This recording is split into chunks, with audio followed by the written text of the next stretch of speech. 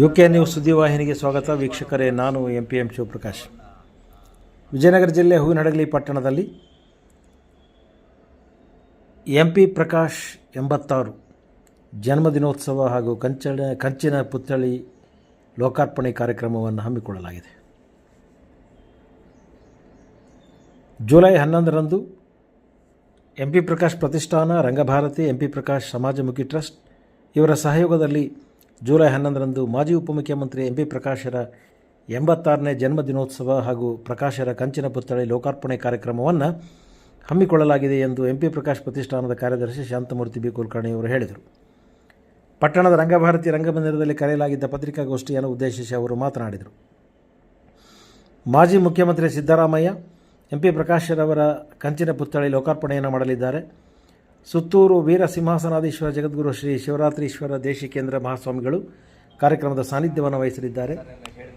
ಮಾಜಿ ಮುಖ್ಯಮಂತ್ರಿ ಸಂಸತ್ ಸದಸ್ಯರಾದ ಬಸವರಾಜ ಬೊಮ್ಮಾಯಿ ಕಾರ್ಯಕ್ರಮದ ಅಧ್ಯಕ್ಷತೆಯನ್ನು ವಹಿಸಲಿದ್ದಾರೆ. ಖ್ಯಾತ ನಿರ್ದೇಶಕ TN ಸೀತಾರಾಮ್ ಸಾಂಸ್ಕೃತಿಕ ಉತ್ಸವ ಉದ್ಘಾಟನೆ ಮಾಡಲಿದ್ದಾರೆ ಎಂದು ಅವರು ತಿಳಿಸಿದರು.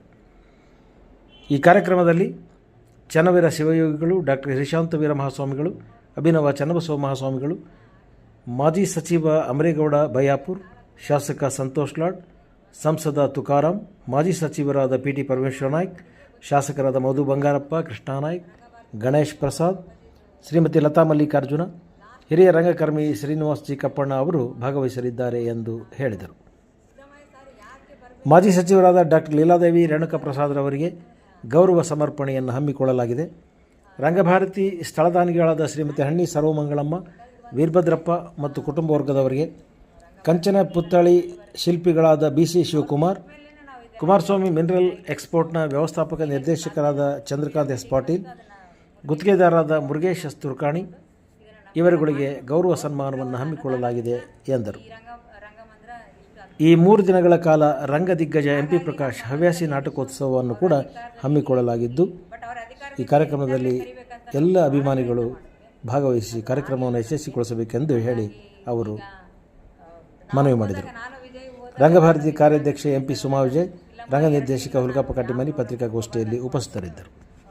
ಆಗಸ್ಟಲ್ಲಿ ನೋಡೋಣ ಅಂತಂದರು. ಇಲ್ಲ ಸರ್, ಆಗಲೇ ಅಪ್ಪಾಜಿಯವ್ರದ್ದು ಜುಲೈ 11ನೇ ತಾರೀಕು 86ನೇ ಇದಿರೋದ್ರಿಂದ ಆ ದಿನ ಮಾಡಿದಾಗೆ ಸೂಕ್ತ ಅನಿಸುತ್ತೆ, ಬೇರೆ ದಿನ ಮಾಡೋದಕ್ಕಿಂತ ಅಂತ. ಅವಾಗ ಆಯಿತು ಅಂತ ಒಂದು 2 ಮಿನಿಟ್ಸ್ ಕೂತ್ಕೊಂಡು ಮತ್ತೆ ಆಯಿತು ಬರ್ತೀನಿ ಹೋಗಿ ಅಂತಂದರು. ಮೊನ್ನೆನೂ ನಾವು ಪ್ರಭಾಕರ್ ಸರ್ ಮಾಡಿದಾಗ ಆಗಸ್ಟಲ್ಲಿ ಇಟ್ಕೊಂಬಿಡಿ ಅಮ್ಮ ಅಂತಂದರು. ಇಲ್ಲ ಸರ್, ಅಲ್ಲ ಇನ್ವಿಟೇಷನ್ಸ್ ಆಗಿದೆ, ಪಬ್ಲಿಸಿಟಿ ಆಗಿದೆ, ಮತ್ತೆ ನಾವು ಚೇಂಜ್ ಮಾಡೋಕ್ಕಾಗಲ್ಲ ಅಂದಾಗ ಆಮೇಲೆ ಇಲ್ಲ ಸರ್ ಮೈಸೂರಲ್ಲಿದ್ದಾರೆ, ನಾಳೆ ಬನ್ನಿ ಅಂದರು. ಮತ್ತು ನಾನು ವಿಜಯ್ ಹೋದ್ವಿ ಮನೆಗೆ. ಇನ್ನೂ ಎಂಟ್ರಿ ಆಗ್ತಿದ್ದಂಗೆ ಇಲ್ಲ ನಾನು ಹೆಲಿಕಾಪ್ಟ್ರಲ್ಲಿ ಬರ್ತೀನಮ್ಮ, ಏನು ಇದು ಮಾಡಬೇಡ್ರಿ ಅಂತೆಲ್ಲ ಹೇಳಿದ್ರು. ಸೊ ಆ ಥರ ಅಲ್ಲಿರೋ ಎಷ್ಟೊಂದು ಜನ MLA ಮಿನಿಸ್ಟ್ರುಗಳಿಗೂ ಪರಿಚಯ ಮಾಡಿಸ್ಕೊಟ್ರು ನನ್ನ, ಈ ಥರ ಹಿಂಗೆ ಮಾಡ್ತಾಯಿದ್ದಾರೆ, ನಾನು ಹೋಗ್ತಾ ಇದ್ದೀನಿ ಅಂತ ಹೇಳಿ. ಆಮೇಲೆ ನಮ್ಮ ಭಾಗದಲ್ಲೂ ಕೆಲವರು ಅವ್ರ ಫಾಲೋವರ್ಸ್ಗೆಲ್ಲ ಹೇಳಿದ್ದಾರೆ. ಈಗ ಬಾಗಲಕೋಟೆಯಲ್ಲಿ ಆಗಿರ್ಬೋದು, ಕೊಪ್ಪಳದಲ್ಲಾಗಿರ್ಬೋದು, ಬೇರೆಯವ್ರಿಗೆಲ್ಲ ಅವರೆಲ್ಲ ಫೋನ್ ಮಾಡಿ ಕೇಳ್ಕೊಂಡಾಗ ಇಲ್ಲಪ್ಪ ನಾನು ಅವತ್ತು ಬರ್ತೀನಿ, ಹೆಲಿಕಾಪ್ಟ್ರಲ್ಲಿ ಬರ್ತೀನಿ, ನೀವು ಬನ್ನಿ ಅಂತೆಲ್ಲ ಹೇಳಿದ್ದಾರೆ ಅಂತ ಅವರಿಂದ ನಮ್ಗೆ ಇನ್ಫಾರ್ಮೇಷನ್ ಬಂತು ಬೇರೆ ಕಡೆಯಿಂದ. ಸೊ ಹಾಗಾಗಿ ನಮಗೇನಂದರೆ ದೇವ್ರ ದಯದಿಂದ ವೆದರ್ ಚೆನ್ನಾಗಿರ್ಬೇಕು ಅವತ್ತಷ್ಟೇ. ಅದು ಒಂದೇ ನಾವು ಬೆಂಗಳೂರಲ್ಲೂ ಚೆನ್ನಾಗಿರಬೇಕು, ಹಡಗಲಲ್ಲೂ ಚೆನ್ನಾಗಿರಬೇಕು. ಯಾಕಂದರೆ ಟೇಕ್ ಆಫ್ ಆಗೋದು ಅಲ್ಲಿನೂ ಮಳೆ ಬರಬಾರ್ದು, ವೆದರ್ ಸರಿಗಿರಬೇಕು, ಇಲ್ಲಿನೂ ವೆದರ್ ಸರಿ ಇರಬೇಕು. ಅದೊಂದು ನಾವು ದೇವರಲ್ಲಿ ಕೇಳ್ಕೊಳ್ಳೋದು ಅದೊಂದೇ. ಅವತ್ತಿನ ಒಂದಿನ ಮಾತ್ರ ಮಳೆ ಇದ್ದಿದ್ದು ವೆದರ್ ಸರಿ ಇರಲಿ ಅಂತ ನಾವು ಕೇಳ್ಕೊತಾ ಇದ್ವಿ. ಎಂಪಿ ಪ್ರಕಾಶ್ ಅವರ 86ನೇ ಹುಟ್ಟುಹಬ್ಬ ಜುಲೈ 11ಕ್ಕೆ ಜರುಗ್ತಾ ಇರೋದರಿಂದ ಅದೇ ಸಂದರ್ಭದಲ್ಲಿ, ಅವರ ಹುಟ್ಟುಹಬ್ಬದ ಸಂದರ್ಭದಲ್ಲಿ ಅವರ ಕಂಚಿನ ಪುತ್ಥಳಿಯ ಲೋಕಾರ್ಪಣೆಯ ಕಾರ್ಯಕ್ರಮವನ್ನು ಹಮ್ಮಿಕೊಳ್ಳಲಾಗಿದೆ.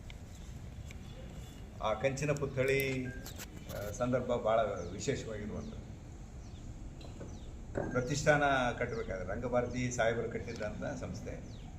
ಆ ನಂತರದ ಸಂದರ್ಭದಲ್ಲಿ ಪ್ರತಿಷ್ಠಾನ ಕಟ್ಟಬೇಕಾದಾಗ ಅದರ ಕಾರ್ಯಾಧ್ಯಕ್ಷರಾಗಿದ್ದಂಥ ಸೊಪ್ಪಿನ ಬಾಳಪ್ಪನವರು ಈ ಪ್ರತಿಷ್ಠಾನದ ರೂಪರೇಷೆ ಅವನ್ನೆಲ್ಲ ನೋಡಿದರು. ಆದರೆ ಅವರಿಗೆ ಇದರಲ್ಲಿ ಇನ್ನೊಂದು ಪಾಯಿಂಟ್ ಒಂದು ಮಿಸ್ಸಿಂಗ್ ಅಂದರು. ಅವರು ಪ್ರತಿಷ್ಠಾನ ಮಾಡಿರಿ, ಕಾರ್ಯಕ್ರಮ ಮಾಡಿರಿ, ಪ್ರಶಸ್ತಿ ಕೊಡ್ರಿ ಎಲ್ಲ ಸರಿ, ಆದರೆ MP ಪ್ರಕಾಶ್ ಸಾಹೇಬರ ಒಂದು ಪುತ್ಥಳಿ ಅನಾವರಣ ಆಗಬೇಕು ಅಂತ ಅವರ ಇಚ್ಛೆ, ಅವರ ಒತ್ತಾಸೆ ಇವತ್ತು ಸಾಧ್ಯವಾಗಿದೆ.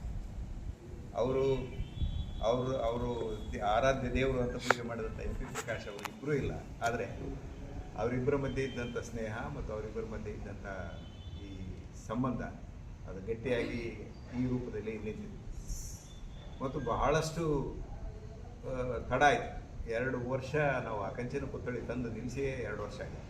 ಬೇರೆ ಬೇರೆ ಕಾರಣಗಳಿಗೆ ಮಾಡಿದ್ರಾಯಿತು ಅನ್ನುವಂಥ ಕಾರಣಕ್ಕೆ ಮುಂದೆ ಹೋಗ್ತಾನೆ ಇತ್ತು. ಆದ್ದರಿಂದ ನಮ್ಮ ಸುಮಾ ಅವರು ಇಲ್ಲ, ಈ ಸಾರಿ ಏನೇ ಆಗಲಿ ಅವರ ಹುಟ್ಟುಹಬ್ಬದ ದಿನ ಕಂಚಿನ ಪುತ್ಥಳಿ ಅದು ಅನಾವರಣ ಆಗಲೇಬೇಕು ಅನ್ನುವಂಥ ತೀರ್ಮಾನ ಮಾಡಿದಾಗ ಅದು ತಾನಾಗಿ ನಾವೇನು ಅಂದ್ಕೊಂಡಿದ್ವಿ ಅದೇ ರೀತಿಯ ಕಾರ್ಯಕ್ರಮದ ರೂಪುರೇಷೆ ಸಿದ್ಧವಾಯಿತು. ಈ ಕಂಚಿನ ಪುತ್ಥಳಿ ಮಾಡಿದಾಗ ಪ್ರಕಾಶ್ ಸಾಹೇಬರು ತಮಗೆಲ್ಲ ಗೊತ್ತಿರುವಂತೆ ಭಾಳ ವಿಭಿನ್ನವಾದಂಥ ರಾಜಕಾರಣಿ ಅನ್ನೋದಕ್ಕಿಂತ ಒಂದು ಅದ್ಭುತವಾದಂಥ ಅಪರೂಪದ ರಾಜಕೀಯ ಮುತ್ಸದ್ದಿ.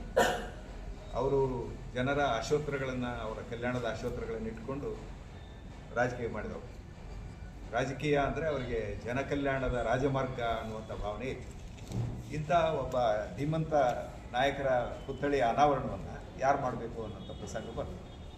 ಅಂಥ ಸಂದರ್ಭದಲ್ಲಿ ಅಷ್ಟೇ ಧೀಮಂತರಾಗಿರುವಂಥ ಮತ್ತು ಅಷ್ಟೇ ರಾಜಕೀಯ ಸಿದ್ಧಾಂತಗಳ ಗಟ್ಟಿತನ ಇರುವಂಥ ಮತ್ತು MP ಪ್ರಕಾಶ್ ಅವರ ಸ್ನೇಹಿತರು, ಒಡನಾಡಿಗಳಾದಂಥ ಸಿದ್ದರಾಮಯ್ಯನವರು ಇದಕ್ಕೆ ಸೂಕ್ತ ಅಂತೇಳಿ ಅವರು ಮುಖ್ಯಮಂತ್ರಿಗಳಿದ್ದಾಗಲೇ ನಾವು ಅವ್ರ ಹತ್ರ ಹೋದ್ವಿ.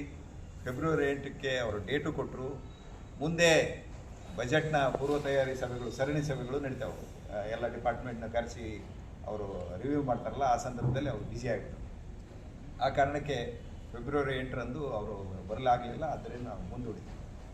ಅವರು ಈ ಮೊನ್ನೆ ನಮ್ಮ ಸುಮಾ ಮತ್ತು ನಮ್ಮ ವಿಜಯ್ ಅವರು ಹೋದಾಗ ಅವರು ಭಾಳ ಸಂತೋಷದಿಂದ ಅವರೇ ಮುಂಚೆಯೇ ಹೇಳಿದರು, ಏನಂತ, ನಾವು ಬರ್ತೇವೆ, ನಮ್ಮ ಮನಸ್ಸಿದೆ, ನಾವು ಹೆಲಿಕಾಪ್ಟರ್ನಲ್ಲಿ ಬರ್ತೀವಿ, ಇದು ಖಂಡಿತ ಮಾಡಿಬಿಡೋಣಮ್ಮ ಅಂತ ಅವರೇ ಸಂತೋಷದಿಂದ ಹೇಳಿದ್ದನ್ನು ನೋಡಿದರೆ ಅವರಿಬ್ಬರು ಸ್ನೇಹ ಅಲ್ಲಿ ಶುದ್ಧಪಡ್ತಾರೆ.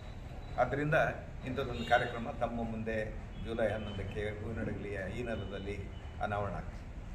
ಅವರು ಮಾಡಿದಂಥ ಸಾಧನೆಗಳ ಬಗ್ಗೆ ನಾನೇನು ಭಾಳಷ್ಟು ಏನು ಮಾತಾಡಬೇಕಾಗಿಲ್ಲ. ಇವೆಲ್ಲ ನಾನು ಹೇಗೆ ಒಡನಾಡಿಯೋ ಹಾಗೆ ನೀವು ಕೂಡ ಅವರ ಹತ್ತಿರದ ಒಡನಾಡಿಗಳಾಗಿರೋದ್ರಿಂದ ಅದರ ಬಗ್ಗೆ ನಾನೇನು ಪ್ರಸ್ತಾಪ ಮಾಡೋದಿಲ್ಲ.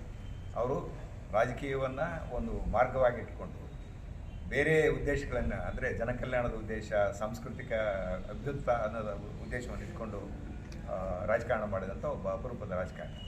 ಆದ್ದರಿಂದ ಅವರ ಕಾರ್ಯಕ್ರಮಕ್ಕೆ ಅವರ ಜೊತೆಗೆ ಜನತಾ ಪರಿವಾರದಲ್ಲಿದ್ದಂಥ ಎಲ್ಲ ಅವರ ಸ್ನೇಹಿತರನ್ನ ನಾವು ಒಗ್ಗೂಡಿಸ್ಬೇಕು ಅಂತ ಹೇಳಿ ಆಲೋಚನೆ ಮಾಡಿ ಎಲ್ಲರನ್ನ ನಾವು ಕೇಳಿದಾಗ 2-3 ಮಾತ್ರ ಇದರಲ್ಲಿ ಮಿಸ್ಸಿಂಗ್ ಇದ್ದಾರೆ. ಬಸವರಾಜ ಹೊರಟ್ಟಿ ಅವರು ಕೊನೆಯವರೆಗೂ ಕೂಡ ಕನ್ಸೆಂಟ್ ಕೊಡಲಿಲ್ಲ. ಆಮೇಲೆ ರಮೇಶ್ ಕುಮಾರ್ ಅವರ ಸಂಪರ್ಕ ಕೂಡ ಆಗಲಿ. ಅದನ್ನು ಹೊರತುಪಡಿಸಿದರೆ ಬಹುತೇಕ ಅವರ ಸ್ನೇಹಿತರೆಲ್ಲ ನಾವು ಇಲ್ಲಿ ಒಗ್ಗೂಡಿಸಿದ್ವಿ. ಆ ಜನತಾ ಪರಿವಾರದ ಎಲ್ಲ ಗೆಳೆಯರು. ಮತ್ತು ಇಲ್ಲಿ ಪಕ್ಷ ಅನ್ನುವಂಥದ್ದು ಇರೋದಿಲ್ಲ. ಅವರು ಅಜಾತ ಶತ್ರು ಆಗಿರೋದ್ರಿಂದ ಯಾವುದೇ ಜಾತಿಗೆ ಸೀಮಿತವಾದಂಥ ಅಥವಾ ಯಾವುದೇ ಪಕ್ಷಕ್ಕೆ ಸೀಮಿತವಾದಂಥ ರಾಜಕಾರಣ ಅಲ್ಲದೇ ಇರೋದರಿಂದ ನಾವು ಎಲ್ಲ ಪಕ್ಷದ ನಾಯಕರುಗಳನ್ನು ಇಲ್ಲಿ ಸೇರಿಸಿದ್ದೇವೆ. ಆ ಪತ್ರಿಕೆಯಲ್ಲಿ ತಾವು ನೋಡ್ಬೋದು. ಎಲ್ಲ ಪಕ್ಷದ ಮತ್ತು ಈ ಭಾಗದ ನಮ್ಮ ಏನು ಹೂವಿನಡಗಲಿಯ ಎಲ್ಲ MLAಗಳು, ಹಿಂದಿನ MLAಗಳ ಸಮಾಗಮ ಕೂಡ ಇಲ್ಲಿ ಆಗ್ತದೆ. ಆದ್ದರಿಂದ ಇಂಥದ್ದೊಂದು ಕಾರ್ಯಕ್ರಮಕ್ಕೆ ತಮ್ಮ ಸಹಕಾರ ಮತ್ತು ಹೆಚ್ಚಿನ ಪ್ರಚಾರ ಅಗತ್ಯವಿದೆ ಅಂತೇಳಿ ನಾನು ತಮ್ಮಲ್ಲಿ ವಿನಂತಿಸಿಕೊಳ್ತೇನೆ. ಜೊತೆಗೆ ತಾವೆಲ್ಲರೂ ಅವತ್ತು ಇದ್ದು ಈ ಕಾರ್ಯಕ್ರಮವನ್ನು ತಾವು ನೋಡೋದ್ರ ಜೊತೆಗೆ ಈ ಜಗತ್ತು ಅದನ್ನು ನೋಡುವಂತೆ ಪತ್ರಿಕೆಯಲ್ಲಿ ಬರೆದು ಅಥವಾ ಮಾಧ್ಯಮದಲ್ಲಿ ಅದನ್ನು ಪ್ರಕಟಪಡಿಸಿ ಇದನ್ನು ಹೆಚ್ಚು ವಿಸ್ತಾರವಾಗಿ ಕರ್ನಾಟಕಕ್ಕೆ ಗೊತ್ತಾಗುವಂತೆ ಮಾಡಬೇಕು ಅನ್ನುವಂಥದ್ದು ನನ್ನ ಇಚ್ಛೆ ಆಗಿದೆ. ತಮಗೆ ಪತ್ರಿಕೆ ನೀಡಿದ ಪ್ರಕಾರ 11ನೇ ತಾರೀಕು ಬೆಳಗ್ಗೆ 11 ಗಂಟೆಗೆ